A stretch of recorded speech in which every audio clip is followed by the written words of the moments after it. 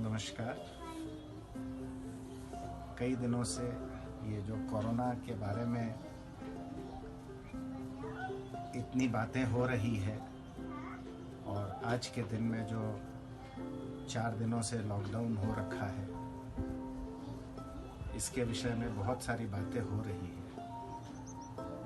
लेकिन हाँ, ये बात ज़रूर है कि सब ये अनुभव अपनी ज़िंदगी में पहली बार कर रहे होंगे। इस तरह का लॉकडाउन हर एक व्यक्ति विशेष 2-4 दिन कर्फ्यूओं के तौर पे ज़रूर काटे होंगे, बट इतने बड़े लॉकडाउन कोई नहीं अनुभव किया होगा। सबके अलग अलग तरीके हैं इस लॉकडाउन को देखने के। मेरा एक अलग तरीका है जिसे मैं आप लोगों के सामने शेयर करना चाहता हूँ। पिछले 3-4 दशकों से ये पाया जा रहा है, 3-4 दशक पहले जिस तरह से हम अपने परिवार के साथ रहते थे और 2 से 3 पुश्त एक ही घर में रहते थे और जो समय हमें मिलती हम अपने परिवार के साथ बिताते थे, उस समय ज़्यादा कुछ करने को नहीं था, कारण ये थी। परंतु आज के युग में जो कामकाज का प्रेशर लोगों के ऊपर आ गया है, छोटे छोटे परिवारों में बट गए हैं और बच्चे दूर दूर चले गए हैं, उनके बच्चे और कहीं शिफ्ट कर गए हैं। आज सारे बच्चे लौटकर अपने घर आ रहे हैं। मेरे को लगता है दादा दादी, माँ बाप, बेटा बेटी, पोता पोती, द्विती और उनके बच्चे भी कई जगह पे सब सम्मिलित हो गए हैं और ये लंबा चलने का समय है। क्यों न इस वक्त को हम एक यादगार के पन्नों में परिवर्तित कर दें कि कुछ ऐसा करें कि आगे के समय में हमको एक यह यादगार हम सबों की बनी रह जाए। पता नहीं क्यों कभी लगता है कि भगवान ऐसा क्यों किया, लेकिन हम लोग इसको इस तरह भी ले सकते हैं कि भगवान जो भी करते हैं वो सही करते हैं। दुख तो होता है ज़रूर, लेकिन अगर हम लोग इसको एक पॉजिटिव वे में सोचें तो यह सोच सकते हैं कि इसको भगवान ने किया कि भाई बहुत तुम लोग अब अलग अलग रह लिए, बहुत दूरियां हो गई, अब तुम लोग कुछ समय साथ रहो। पोल्यूशन भी हो गया है, लोग अपने अपने में जीने लग गए हैं, तो उन्होंने एक ऐसा माहौल बना दिया विश्व में कि अब सारे के सारे तुम लोग महीने भर 2 महीने साथ बंद रहो, तब तुम लोगों में वापस से वो भावनाएं आएंगी और भावनाएं होंगी भी है भी, लेकिन फिर भी उन्होंने एक ऐसा माहौल पैदा कर दिया। तो क्यों नहीं हम लोग इस माहौल को एक बहुत ही पॉजिटिव वे में लें, इंजॉय करें, आपस में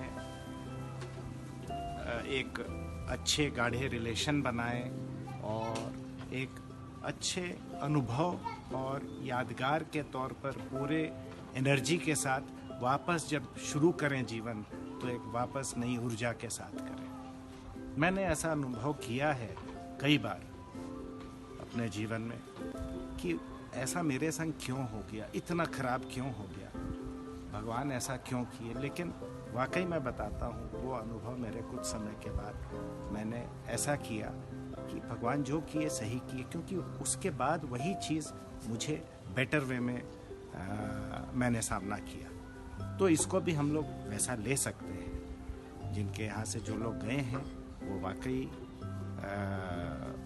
बहुत दुख की बात है, कोरोना के कारण जो इनकी डेथ हुई है।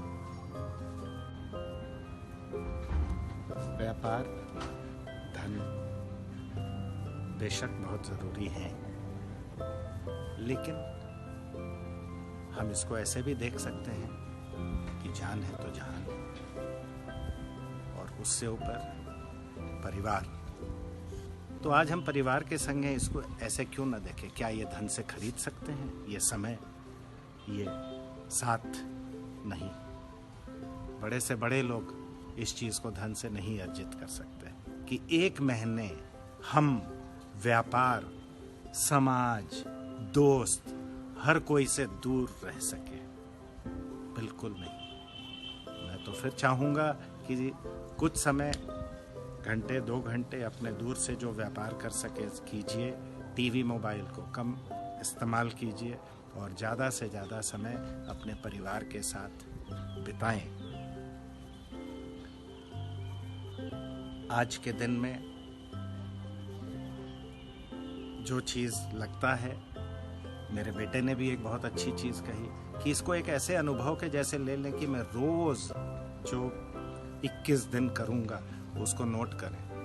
21 दिन अगर इससे बढ़ता है तो जो भी बढ़ता है, और उसके बाद जब हम पढ़ेंगे इन अनुभवों को तो बहुत अच्छा लगेगा। मुझे ये अच्छा लगा। किसी किसी का कहना है कि भगवान ने ऐसा क्यों किया, पहले ही दूरियां कम थी क्या? मेरे को ऐसा नहीं लगता है। अगर कम थी भी तो ये एक अच्छा मौका है। आज के दिन में हम 1 घंटे उन सभी दूरियों को भी कम करने के लिए निकाल सकते हैं ओवर दी फोन, क्योंकि काम की व्यवस्था के कारण हम सबों से बात नहीं कर सकते। लेकिन आज काम की व्यवस्था ना के बराबर है। जो फ़ोन पे और इस पे कर सकते हैं वो करते होंगे, कर रहे हैं भी। लेकिन उसके बावजूद हम इसको ऐसे भी ले सकते हैं कि नहीं, भगवान ने ये मौका दिया है कि जितनी दूरियां बढ़ गई थी उन्हें हम कम करें, परिवार के साथ भी, दोस्तों के साथ भी।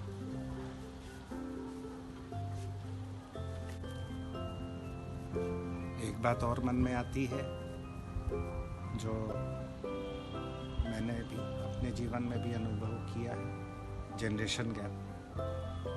वो भी आज के दिन में जब 2-3 जनरेशन एक साथ रहेंगे एक बहुत अच्छे समय के लिए, उन चीज़ों पर भी काम किया जा सकता है, क्योंकि जीवन में सबसे मूल है परिवार। वो हम ऐसे देख सकते हैं कि बच्चे आज की पढ़ाई जिस तरह हम लोग भी बहुत सारी चीज़ें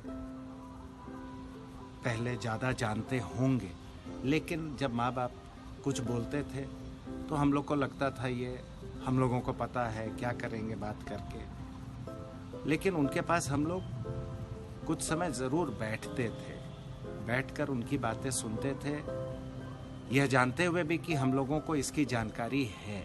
लेकिन उसी बातों बातों में उनके सारे जो जीवन के कई पहलू हैं जो हमें नहीं पता रहता था, उनके परिवार के बारे में, मतलब हमारे परिवार की हिस्ट्री या इस तरह की बहुत सारी बातें जो कि एक कम उम्र में सारी बातें नहीं पता रहती है। तो जब हम अस्थिर से सुनते हैं तो उसमें 50-60% हमें जानकारी रहती है, या 70% जो कि व्यापार के बारे में होता है, समाज के बारे में होता है और बहुत सारी। लेकिन हिस्ट्री के बारे में जब वो 10-5% हमें बताते हैं बात बात में, और बहुत सारे कुछ ऐसे आइडियाज़ देते हैं जीवन के प्रैक्टिक अपने खुद के एक्सपीरियंस के बारे में, वो आगे चलकर हमें काम आता है। तो ये भी मेरा सोच है कि ये मौका जो नीचे वाले जनरेशन है उनके लिए भी मैं एक अच्छा मौका समझता हूँ, जो कि उन्हें मिला है इस व्यस्त समय में से कुछ समय निकाल के अपने माँ बाप या दादा दादी के पास या बड़ों के साथ बैठने का।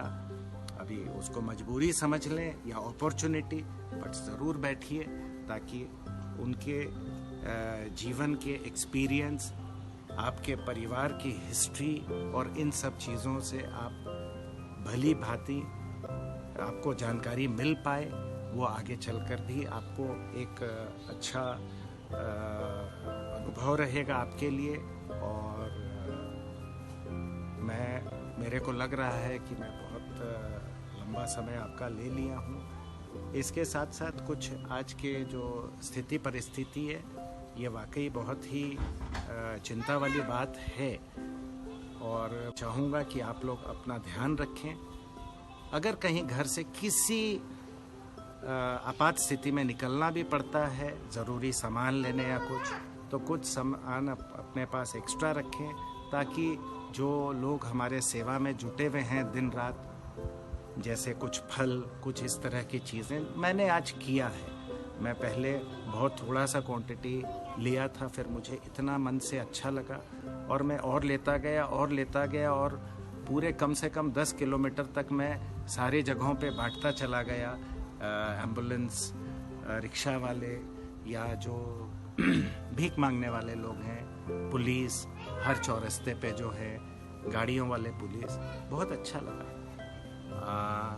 मैं इन सभी के साथ आप लोगों का बहुत बहुत शुक्रिया अदा करूंगा कि आप लोगों ने ये समय दिया मेरी बातें सुनने के लिए। नव वर्ष के और नवरात्रि की मेरी तरफ से बहुत बहुत शुभकामनाएं। जय हिंद।